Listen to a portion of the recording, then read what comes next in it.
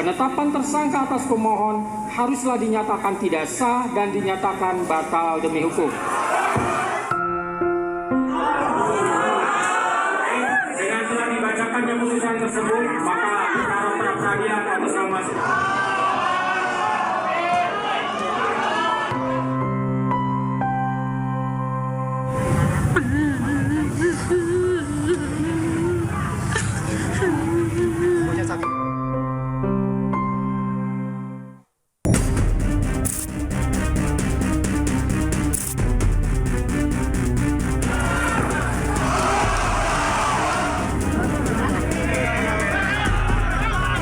Peggy Setiawan bukan DPO. Harusnya dilakukan penyelidikan. Gimana ini penyidik? Dilakukan penyelidikan dulu.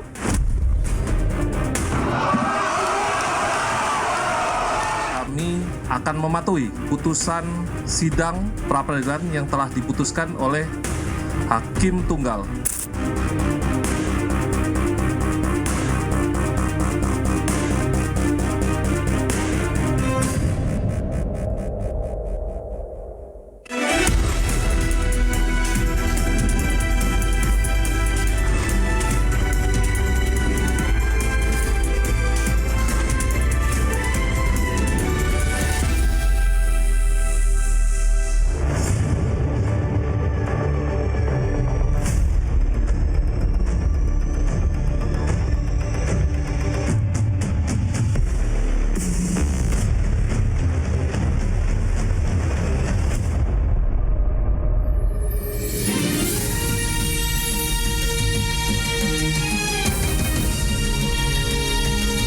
Disiarkan langsung dari studio MNC Conference Hall Ainus Tower, Jakarta.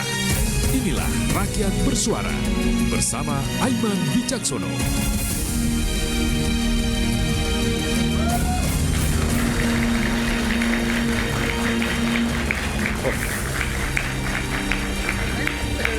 Oke, baik, makasih.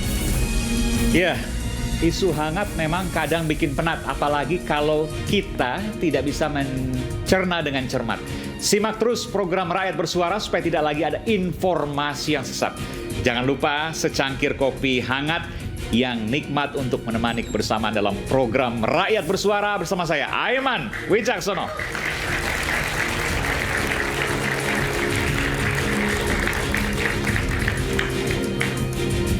Kejutan menyeruak, Peggy bebas, Palu Hakim Tunggal Pengadilan Negeri Bandung, Eman Sulaiman, Tok membebaskan Peggy Setiawan. Peggy lepas dari seluruh jeratan hukum, status tersangkanya pun batal. Putusan itu disebutnya adil demi Indonesia. Peggy memang bebas, tapi kasus Vina belumlah tuntas. Peggy, keluarga, dan tim pembela bisa bernapas lega, tapi bagaimana dengan para terpidana lainnya di kasus Vina? Dan siapa buronan yang disebutkan dalam putusan pengadilan? Nyatakah mereka atau sosok hantu belaka? Pemirsa, inilah Rakyat Bersuara bersama saya, Aiman Wicaksono.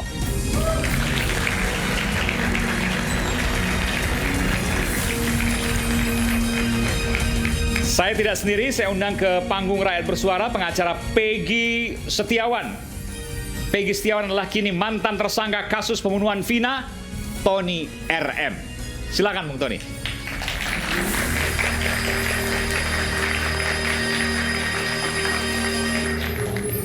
Anda kurang tidur nih? Iya. Berapa lama nggak tidur? Saya nggak tidur itu pertama menjelang putusan. Oke. Ya. Kemudian semalam juga. Nggak tidur sama sekali tuh menjelang putusan? Enggak. Kenapa? Ya karena saya biasa tidur jam 2.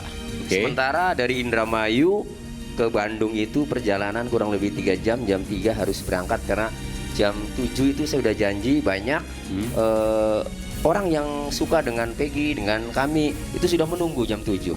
7 pagi di Pengadilan Negeri Bandung? Iya, karena kalau sampai sana jam 8:30 keburu sidang. Oke. Ya, jadi saya harus. Jadi minggu malam nggak tidur tuh? Nggak tidur. Dan Senin kemarin, malam? Ya. Setelah bebas, itu banyak sekali tamu di sekretariat kami di Bandung. Itu sampai malam, bahkan teman-teman media juga pada nginep di situ. Ya, Jadi biasa. akhirnya tidurnya itu ya paling 2 jam. Oke, hari Senin 4-2 jam. Iya, Sekarang masih mudah-mudahan- bisa?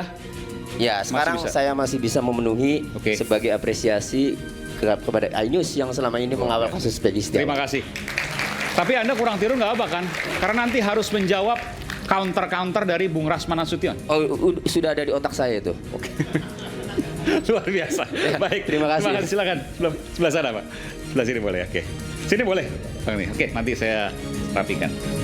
Selanjutnya ada juga praktisi hukum Bung Saur Siagian. Bung Saur, selamat malam. Selamat.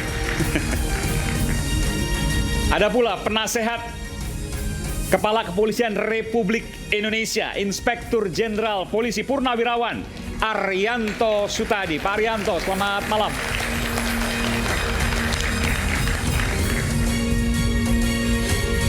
Terima kasih Pak, sehat selalu. Silakan. Dan yang selalu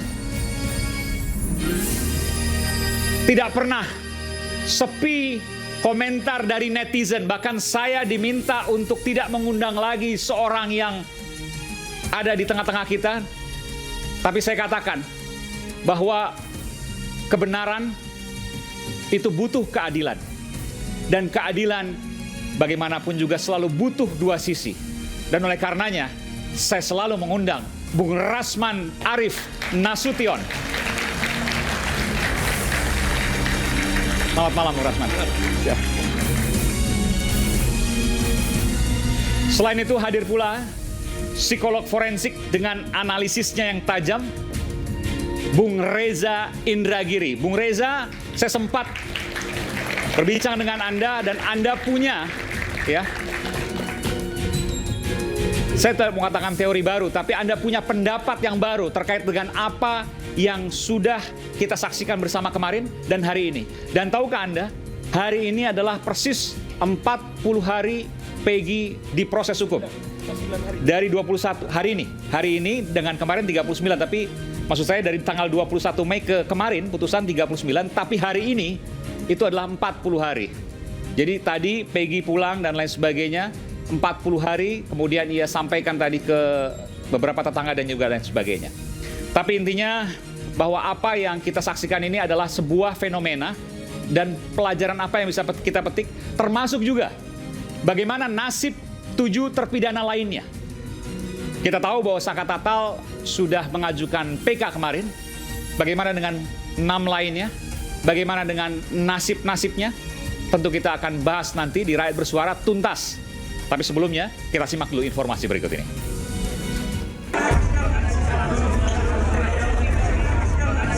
Atas nama Peggy Setiawan, beserta surat yang berkaitan lainnya dinyatakan tidak sah dan batal demi hukum. Hakim Tunggal Eman Sulaiman mengabulkan seluruhnya pra-peradilan Peggy Setiawan. Ketukan palu Hakim Eman Sulaiman sekaligus menggugurkan status Peggy Setiawan sebagai tersangka kasus pembunuhan Vina dan Eki tahun 2016 lalu. Memerintahkan kepada termohon untuk menghentikan penyidikan terhadap perintah penyidikan kepada pemohon. Kartini, ibu Peggy Setiawan, berurai air mata, haru dan bersyukur Peggy bebas dari jeruji besi. Alhamdulillah doa kalian semua hari ini terjawab. Peggy Setiawan bukan DPO, harusnya dilakukan penyelidikan. Gimana ini penyidik? Dilakukan penyelidikan dulu. Pihak Polda Jawa Barat menyatakan akan mematuhi putusan Hakim Pengadilan Negeri Kota Bandung, Jawa Barat. Akan mematuhi putusan sidang pra-peradilan yang telah diputuskan oleh Hakim Tunggal pra-peradilan untuk tersangka TS.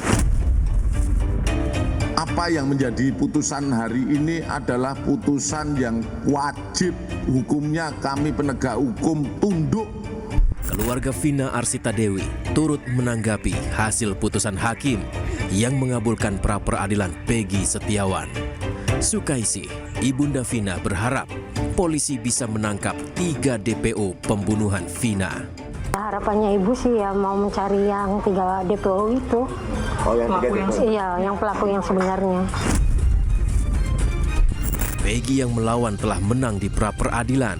Lantas, bagaimana dengan para terpidana di kasus Vina lainnya?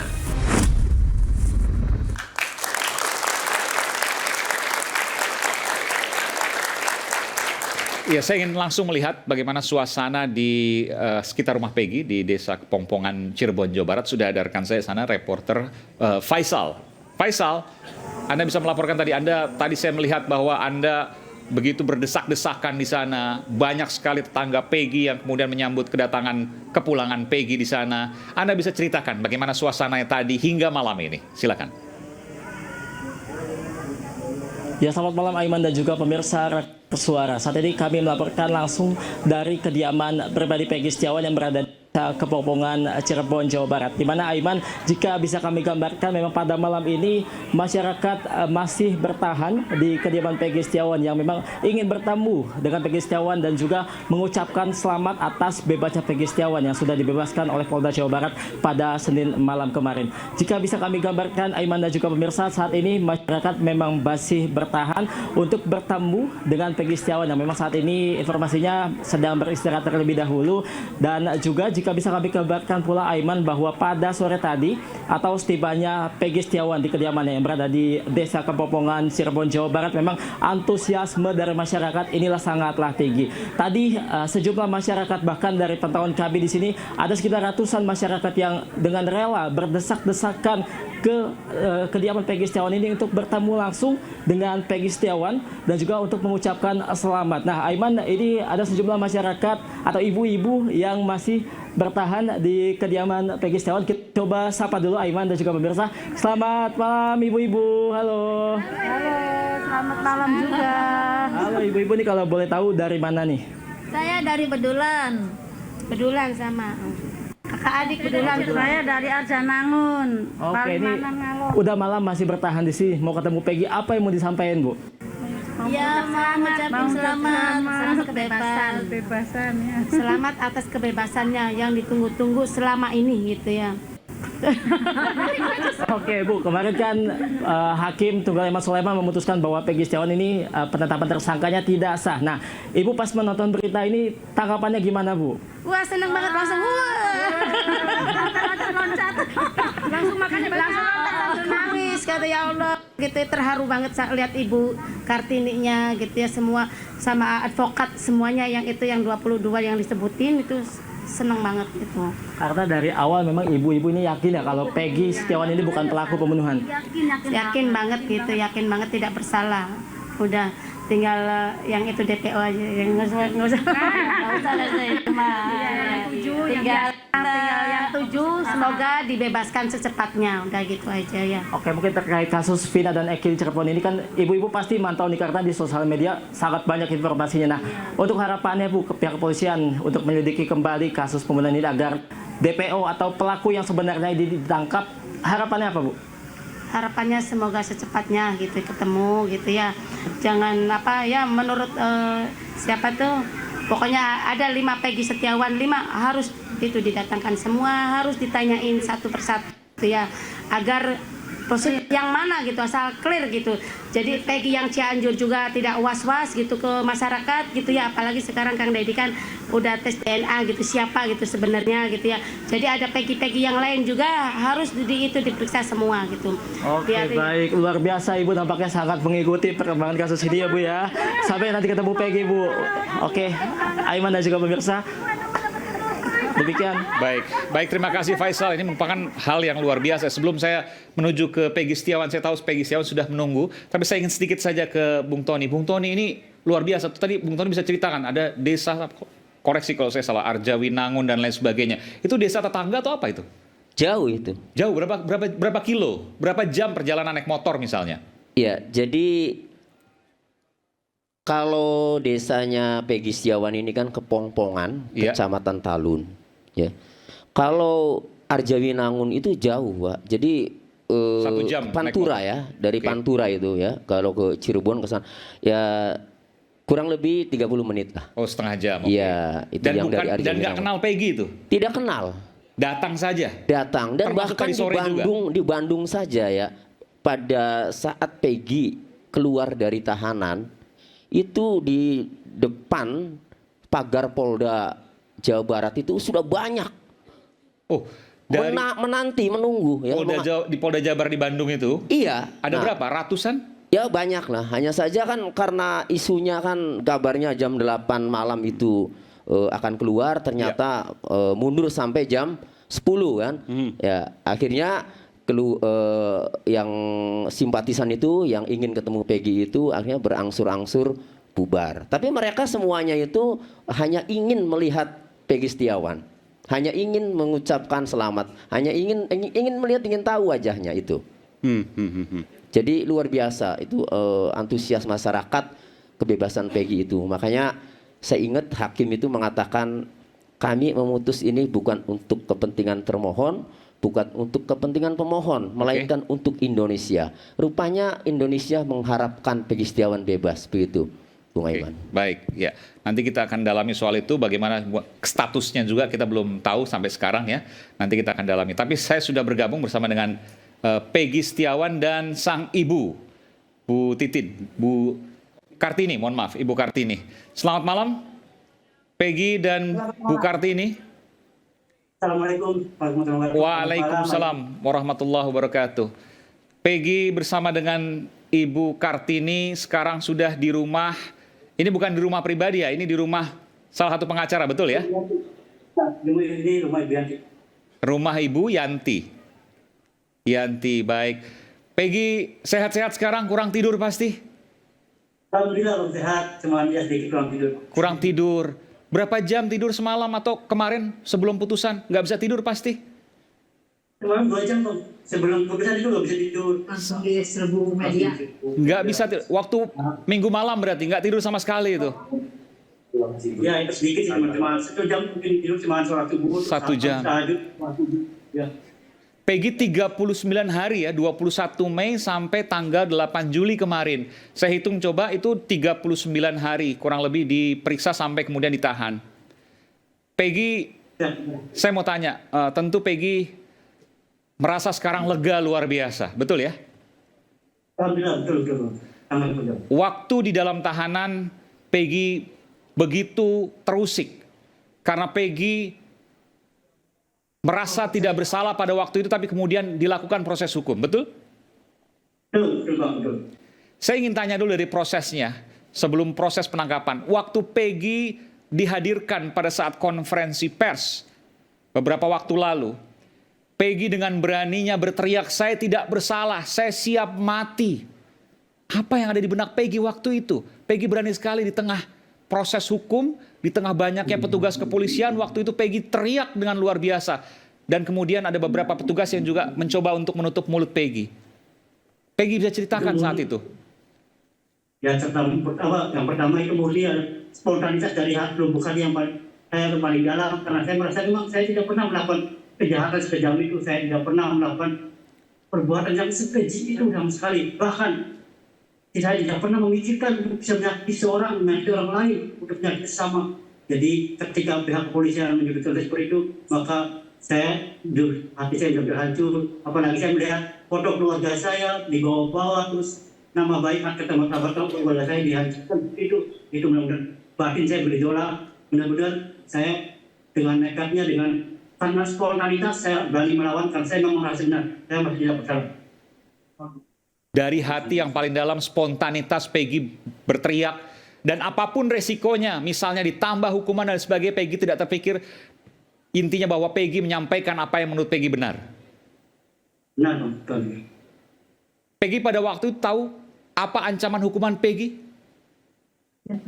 Ya, benar tahu ancaman hukuman mati atau seumur hidup. Mati atau seumur hidup, betul. Dan Peggy tahu itu. Siapa yang memberitahu pertama kali? Ya, pengacara. Oh, pengacara. Dari pihak penyidiknya tidak memberitahu ancaman hukumannya? Pasal 340 KUHP, pembunuhan berencana? Ya, itu penyidik juga sama kayak seperti itu. Sempat diberitahu juga ancaman hukumannya adalah hukuman mati. Pada waktu Peggy tahu itu, Apa yang Peggy lakukan? Sementara Peggy merasa bahwa Peggy tidak bersalah. Peggy tidak pernah melakukan apa yang dituduhkan. Tapi Peggy kemudian diancam hukuman mati atas nama undang-undang. Jujur saya sangat sedih, sangat prihatin dengan apa yang terjadi seperti ini. Jadi saya sebagai masyarakat kecil, sebagai masyarakat miskin, saya sangat-sangat sedih sekali. Peggy sempat mengatakan apa waktu itu kepada penyidik pada saat diberitahukan bahwa pasal yang dikenakan Peggy adalah pasal 340 KUHP. Hukumannya adalah ancaman hukuman seumur hidup atau maksimal hukuman mati. Saya hanya bisa mencoba menjelaskan setahu saya yang saya alami karena saya merasa tidak bersalah. Apa yang Peggy jelaskan waktu itu? Dan saya menjelaskan kronologi sebenarnya bahwa saya pas jadi tidak ada Bandung, saya tidak sama sekali tidak pernah terlibat, saya sama sekali tidak pernah mengenal korban seperti itu. Lalu apa bukti yang dimiliki penyidik pada waktu itu yang disampaikan kepada Peggy? Nah, yang dikatakan itu adalah bukti itu ada teman-teman kamu yang memberitakan bahwa kamu ikut ditahan sebagai dalam semua ini sebagai pembunuh utama, pelaku utama seperti itu. Kurang lebih. Atas pernyataan siapa misalnya disebutkan? Salah satu contoh Sudirman. Mohon maaf siapa? Salah satu contoh Sudirman. Sudirman itu adalah salah satu terpidana. Dikatakan Peggy, tapi Peggy yang mana tidak tahu. Apakah pernah berkomunikasi dengan pihak Sudirman, Peggy? Atau pengacaranya mungkin Peggy pernah tahu soal itu? Saya pernah waktu SD saya satu sekolah baru ke Sudirman. Tanya ke Sudirman bahwa benar kamu menuding saya misalnya seperti itu? Belum pernah. Pernah komunikasi ke pihak pengacara Sudirman? Belum pernah sekali. Belum pernah, oke. Dan pada waktu itu hanya satu pernyataan yang disampaikan bahwa pernyataan Sudirman yang membuat Peggy terjerat kasus hukum. Betul? Betul? Betul. Peggy, saya mau tanya soal pribadi sedikit. Peggy pernah dipertanyakan, saya lihat di kanan Peggy ada tato, betul? Oh betul, benar. Pernah ditanyakan bahwa itu salah satu alasan kenapa kemudian Peggy ditangkap karena tato tersebut? Apakah pernah? Saya bertanya ini. Salah satu Peggy ditarget karena Peggy memiliki tato di tangan kanan. Ya itu karena apa ya? Mungkin itu enggak dijelasin secara detail Pak. Jadi ya mereka cuma nanya ini pindah di mana, tanggal berapa udah. Oke. Terus ya penyidik menanyakan itu ya? Ya benar. Oke, terus Peggy jawab apa? Silakan. Ya karena saya ini tato bikin di perempuan satu ini, yang ini di Bandung, terus penyidik tanya ke kita tanggal berapa bikinnya, sama siapa seperti itu. Peggy jelaskan apa? Boleh dijelaskan lengkap saja Peggy, nggak apa-apa. Jelasin bahwa ini produk bikin di Bandung dan di Cirebon, yang ini di Bandung, yang ini di Cirebon, ini di Bandung, 4 tahun, ini 2015, ini 2016. 2016, oke. Terus kemudian ditanyakan apa lagi soal itu, soal tato itu? Ditanyakan apa lagi soal tato tadi? Kan Peggy sudah jelaskan ini 2016 di Bandung dan kemudian Cirebon. Ditanyakan apa lagi? Cuma itu saja, baik. Peggy juga sempat dikatakan berganti nama menjadi Robi, betul? Benar. Jadi menanyakan itu. Apa jawaban Peggy? Ya itu bukan ganti nama. Jadi itu hanya sebuah, itu nama adik saya Robi. Jadi saya pakai nama adik Robi. Itu hanya nama gaul. Nama gaul. Contoh saya ketika saya kenalan sama cewek itu nama saya Robi. Karena misalkan saya pakai nama Peggy itu sering dibully karena mereka itu rata-rata kebanyakan suka ngebully Peggy Peggy Melati semua gitu, kayak cewek namanya gitu. Oke. Peggy malu karena namanya sering diejek seperti nama perempuan, Peggy. Jadi mengenalkan diri sebagai Robi. Padahal Robi itu adalah nama adik Peggy, betul? Benar. Oke, jadi bukan berganti nama. Tidak pernah berganti nama Peggy? Tidak, sama sekali tidak pernah. Jadi waktu kejadian Peggy berada di Bandung. Di Bandung, kan? Di Bandung. Pada waktu kejadian kan waktu itu sempat diperiksa Peggy, betul ya? Saya sedikit ke belakang karena supaya ini kemudian bisa menjadi pelajaran banyak pihak. Peggy sempat diperiksa waktu itu. Tidak sama sekali, tidak pernah. Maksud saya didatangi oleh polisi, kemudian disita motornya, betul? Benar. Kalau perumahan didatangi dan masuk sistem benar. Peggy ada waktu itu? Tidak ada, saya di Bandung. Saya sedang bekerja. Terus kemudian disampaikan apa waktu itu ke Peggy? Itu dari mama, si mama nelpon, dari pihak mama nelpon, sampaikan saya bahwa tadi ada pihak kepolisian mengambil motor, ke sini, katanya mau dari ini, terus ya saya tanyakan ke mama, kronologinya apa, terus mama coba jalan. Peggy tahu bahwa itu terkait dengan kasus pembunuhan Vina? Padahal tidak pernah tahu, tidak pernah tahu. Kapan Peggy pertama kali tahu bahwa Peggy dibidik untuk kasus pembunuhan Vina? Beberapa hari kemudian mama telepon lagi bahwa menjelaskan bahwa saya nanya, "Ma, itu kan tadi kemarin itu ada kenapa misalnya polisi gitu ke rumah saya." Pas mama itu 2 hari kemudian telepon lagi bahwa ngabarin bahwa ini sebenarnya ada kasus ini katanya kamu terlibat gitu. Jadi di 2016 ya? Ya. Oke, apa yang Peggy lakukan pada waktu itu ketika Peggy diketahui bahwa Peggy sedang dilakukan pemeriksaan, sedang dilakukan penyelidikan terkait dengan kasus pembunuhan Vina yang teman laki-lakinya adalah anak seorang polisi di sana? Ya saya seperti biasa karena saya merasa dia bersalah ya saya harus tetap aja di sama-sama bodoh misalkan saya memang benar bersalah pasti polisi juga menangkap saya di Bandung karena saya sudah menjelaskan bahwa saya ada di Bandung. Itu. Peggy sempat panik? Tidak sama sekali, tidak sama sekali. Tidak sama sekali? Kenapa? Karena saya masih tidak bersalah. Walaupun motor Peggy disita dan lain sebagainya, kemudian rumahnya digeledah, diperiksa, Peggy sama sekali tidak panik pada waktu itu karena Peggy yakin tidak melakukan apapun. Tidak ada pun yang satu pun dilakukan oleh Peggy untuk membela diri, misalnya Peggy menghubungi kawan dan lain sebagainya, kenalan dan lain sebagainya, atau mungkin orang yang mengetahui soal hukum. Oh iya, itu saya konsultasi sama Ibu Yanti. Karena kebetulan Ibu Yanti waktu itu mama saya kerja di rumah Ibu Yanti. Oke, sebagai asisten rumah tangga. Rumah tangga, benar. Oke, baik. Saya ingin menggali lagi Peggy, tapi nanti saya akan kembali. Saya akan jeda dulu sejenak. Peggy dan Ibu Kartini mohon di sana. Ada beberapa pertanyaan lagi yang saya ingin tanyakan kepada Peggy. Kita akan segera kembali saat lagi. Tetaplah bersama kami, Rakyat Bersuara.